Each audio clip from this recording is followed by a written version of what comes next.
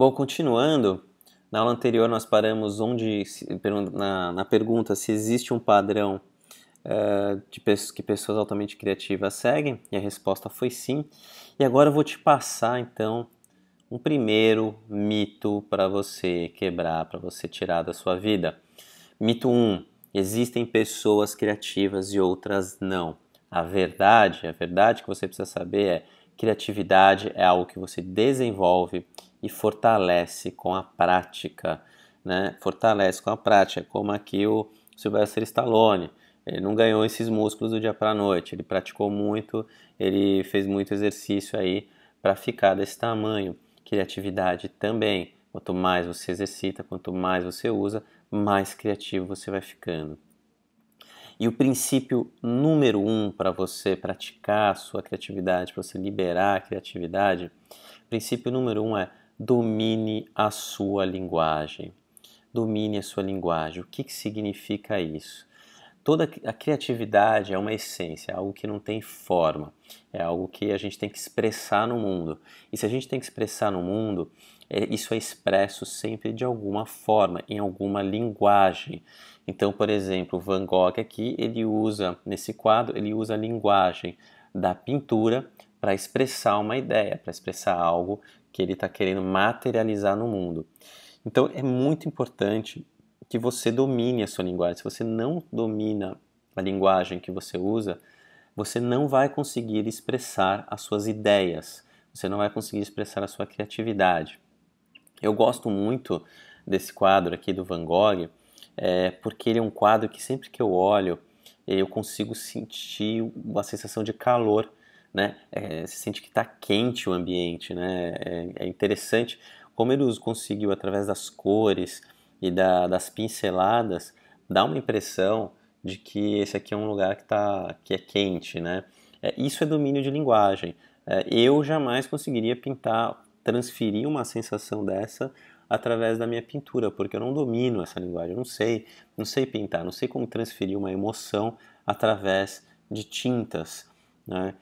Então você tem que entender quais são as suas linguagens, e podem ser várias. Então, por exemplo, se você trabalha em finanças, você é um analista financeiro, poxa, uma das suas linguagens fundamentais que você precisa dominar é o Excel. Não existe analista financeiro que consiga exercer a sua profissão, consiga liberar a sua criatividade, se expressar, se não dominar o Excel, cara. O Excel é um instrumento, é uma linguagem fundamental para qualquer um que trabalha em finanças. E quando eu falo dominar, é assim, é realmente ser fera, ser conhecido como aqueles caras assim, putz, que sabe programar e coisas assim. Você trabalha em marketing, cara, uma das linguagens do marketing é apresentação, é PowerPoint. E aí eu não estou falando só saber usar o PowerPoint no sentido técnico, mas como que você faz uma apresentação matadora, como que você monta uma storyline, como que você faz... Então, dominar a linguagem é algo fundamental, dominar a técnica. Os cientistas chamam isso de a regra das 10.000 horas. Tá? Alguns estudos científicos, isso foi publicado pelo Malcolm Gladwell no livro dele Outliers. Ele traz esse conhecimento para o grande público, que ele chama de a lei das 10.000 horas. Para você atingir um nível de proficiência em que você é mestre em alguma atividade, em alguma técnica, em alguma linguagem, tá? E vamos usar o termo linguagem, você precisa acumular mais ou menos 10.000 horas de prática, né? Você precisa realmente praticar. Para você dominar uma linguagem, requer prática. Então aqui eu trouxe alguns exemplos de pessoas que atingiram essa maestria, né? O Oscar Schmidt, tanto o Oscar Schmidt quanto o Ayrton Senna, quanto o Pelé, eles eram conhecidos no meio de atuação deles por serem pessoas que praticavam muito. O Ayrton Senna, quando começava a chover e todo mundo ia embora, ia para casa, era nesse momento que o Ayrton Senna entrava no carro e ia correr na pista. Ele falou assim: eu tenho que praticar na chuva, porque só assim eu vou dominar essa condição. O Pelé também. O Pelé e o Oscar, acabava o treino, os dois continuavam batendo falta ou fazendo arremessos de 3 pontos para treinar, para praticar, para dominar essa linguagem. E qual que é o efeito que você tem quando você domina a sua linguagem. Você automatiza, tá? Você automatiza e você não pensa mais no que você tem que fazer, qual que é o próximo movimento, qual é a tecla que eu vou apertar. Você não pensa mais, isso está tão automatizado, está tão introjetado, que você não precisa mais recorrer a nenhum manual, você já sabe de cor e salteado aí todas as letras do alfabeto da sua linguagem. Eu gosto muito daquele filme do Karate Kid. O Karate Kid, não sei se você lembra, mas ele mostra isso. Quando o Sr. Miyagi coloca o Daniel San para ficar pintando o muro ou encerando os carros, ele está fazendo o Daniel San praticar um determinado movimento até automatizar aquele movimento, até um estágio em que o Daniel San não vai mais pensar para fazer o movimento. As artes marciais usam muito esse conceito, a automatização do movimento através da repetição. O que eles estão exercitando é o domínio de uma linguagem, a maestria através da prática. E aí, para você guardar um pouco de uma outra forma esse conceito fundamental, através dessa frase: poesia não é feita de ideias, e sim de palavras, né? Todos nós somos poetas, mas poucos de nós chegam a ser mestres na arte da poesia, né? Eu já escrevi um monte de poesia, estão todas ali guardadas, tal, mas eu não tenho um nível, não são muito boas, é só uma forma de me expressar, porque eu consigo perceber que eu não domino a língua, eu não domino a gramática, a língua portuguesa numa profundidade ou numa prática, numa intensidade que as minhas poesias acabam se tornando boas. Então, apesar eu posso ter ideias maravilhosas, você pode ter, mas dificilmente poucos são aqueles que conseguem ser reconhecidos como grandes poetas, porque são pessoas que praticaram e dominaram as palavras para aí sim expressar as suas ideias. Então, domina uma linguagem, as palavras, para expressar as suas ideias, a sua criatividade.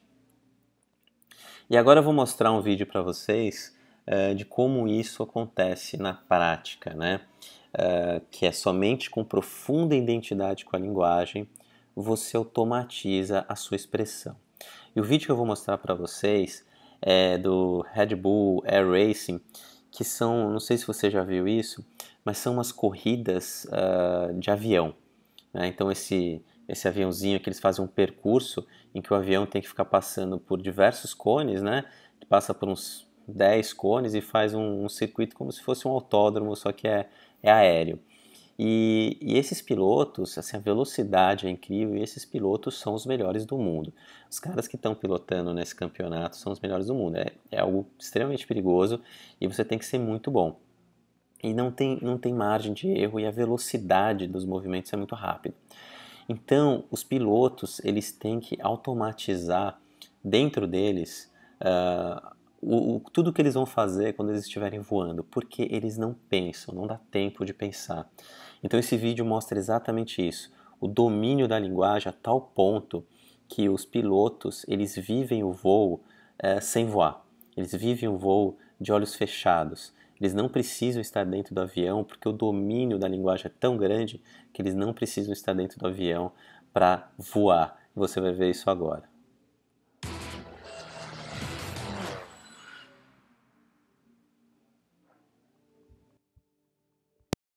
And especially mental preparation is of vital importance for an air race. I like to prepare for a race by laying down, picturing myself in the plane, flying through the course and through the track, and actually figuring where the wind is coming from, what am I going to be seeing. I've been thinking about this track, I think about it a lot, and I probably walk through it at least 100 times in my mind, just visualizing every aspect of it. There's no time to thinking about other things. At 260 miles an hour, a few feet above the water, you better be thinking about the job at hand. Eu gosto muito, muito desse exemplo.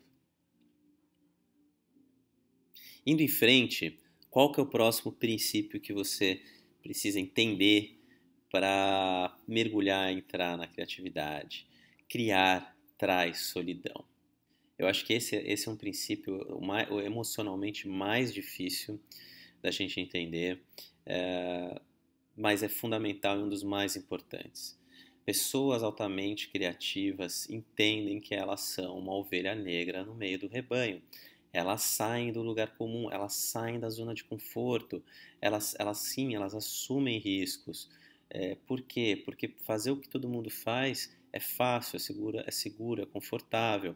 Trazer alguma coisa nova que você não sabe se vai dar certo é um exercício de solidão, é um exercício socialmente difícil para nós fazermos. Para você entender isso um pouco melhor, você precisa entender o que eu chamo de efeito manada, né? O efeito manada, de ir com o rebanho, de ir com todo mundo. A criatividade, ela é um evento, né? Criar algo é um evento que demanda muita energia. E todos os seres biológicos, eles são desenvolvidos, eles vão evoluindo, né? A nossa sobrevivência evolutiva, ela está muito ligada à nossa capacidade de conservar energia. Quanto mais energia eu conservo, menos eu preciso correr atrás de alimento, de recursos externos, maiores são as minhas chances de sobreviver. Quanto mais eu gasto energia, mais eu vou ter que caçar, plantar, enfim, mais eu estou me arriscando, maior a dificuldade aí diminui, aumenta os meus riscos de sobrevivência. E o processo criativo, ele exige muita energia. Por quê? Porque a gente sai dos padrões de sobrevivência que são usados pelo grupo, né? A gente sai aqui, a gente entra numa zona de risco, como eu falei. Então a dificuldade é buscar novos padrões. Então, para buscar economia, o caminho mais fácil, nós sempre buscamos informações que reforçam o nosso padrão de pensamento e funcionamento. Nós dificilmente buscamos coisas que contradizem esse padrão de funcionamento, esse padrão de pensamento. Então a gente está sempre buscando coisas que reforçam, porque isso é mais fácil, é mais seguro, é mais garantido em termos de evolução, de sobrevivência. Então por isso que é difícil sair do efeito manada, é difícil sair dessa linha aqui e você contradizer algo que é socialmente aceito, socialmente já definido, porque você está indo contra uma economia de energia. Eu vou trazer aqui um vídeo também que eu gosto muito do Amir Klink, em que ele fala um pouco sobre solidão e a criatividade. Vamos dar uma olhada aqui sobre como sair do efeito manada e entender os desafios psicológicos de criar. Esse é um exemplo fantástico do Amir Klink. Tem pela ideia. Eu não tenho medo de ter medo, eu gosto de ter medo, né? Senão os parques de diversão é uma falência, né? A gente paga para ter medo. Não tenho medo de ter dúvidas também. Eu tinha muitas dúvidas. Deus do céu, eu não quero morrer no meio do Atlântico. Eu marquei uma reunião com um construtor de barcos famoso na época. Eu falei, olha, eu quero fazer um barco para atravessar o Atlântico. Vem aqui, nós vamos fazer para você. Quando eu mostrei os esboços do meu barquinho a remo, ele falou, filho, isso aqui é um lugar de gente séria, pode ir embora. Então, foi um processo de aprendizado grande, de me divertir com o espanto das pessoas. Depois, na África, com a incredulidade, mas um brasileiro, mas o barco é muito pequeno, filho. Então veja aqui esse exemplo do Amir Klink, é fantástico. Qual a fortaleza psicológica, a estrutura emocional que nós temos que ter para dar saltos ousados, sabendo que não há garantias, que sim, é um processo de muito erro. Vou falar um pouco mais sobre isso em outros momentos, e que você vai ouvir pessoas sendo descrentes, né? Como a Amir Klink chegou lá para o engenheiro experiente e falou, olha, quero fazer esse barco para cruzar o Atlântico, e o engenheiro experiente mandou ele embora. Falou, você tá louco, isso aqui é lugar de gente séria, não vou construir esse barco aqui para você. E ele não só construiu, como ele cruzou o Atlântico a remo, e isso foi um feito histórico na humanidade. Ele mostrou que era possível fazer algo, ele criou algo que jamais tinha sido pensado, jamais tinha sido realizado, e ele teve que nadar contra a corrente, teve que sair da manada, porque ele foi desacreditado muitas vezes. Então esse é um princípio muito importante. O Bill Crosby, ele é um dos maiores comediantes dos Estados Unidos, né? Ele já se aposentou, mas ele tem marcou aí o humor americano. E ele fala o seguinte: não sei o segredo do sucesso, mas o do fracasso é tentar agradar a maioria. Olha só como ele entende esse negócio. Não dá para agradar a maioria. Eu vou ter que ousar, eu tenho que criar, eu tenho que sair da zona de conforto, da zona comum, né? Eu tenho que trazer novas formas de pensar, algo surpreendente. O Steve Jobs, ele também, eu vou mostrar agora para vocês esse vídeo, que é muito legal e que traz essa ideia. Ser criativo é uma experiência de solidão, pois você se dissocia dos outros, você discorda dos outros, e isso é socialmente difícil e requer coragem. Nós somos seres sociais, nós somos seres que nós vivemos em comunidade, nós precisamos do amparo social, nós precisamos sempre desse reconhecimento. E quando você vai para uma carreira solo, uma experiência criativa, você vai para uma experiência de solidão, você se dissocia da manada. E isso é socialmente difícil, requer coragem. Vamos ver aqui esse vídeo que a Apple fez, que é muito legal e que mostra essa solidão dos criativos. Here's to the crazy ones, the misfits, the rebels, the troublemakers, the round pegs in the square holes, the ones who see things differently. They're not fond of rules, and they have no respect for the status quo. You can quote them, disagree with them, glorify or vilify them. About the only thing you can't do is ignore them, because they change things. They push the human race forward.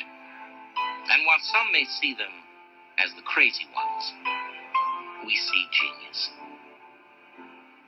Because the people who are crazy enough to think they can change the world are the ones who do.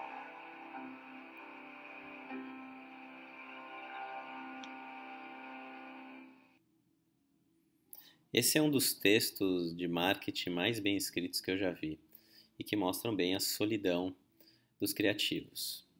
Muito bem, na próxima aula, então, eu vou continuar falando de outros princípios, outros padrões, né? Decodificar o padrão, o funcionamento, como pensam e agem pessoas altamente criativas.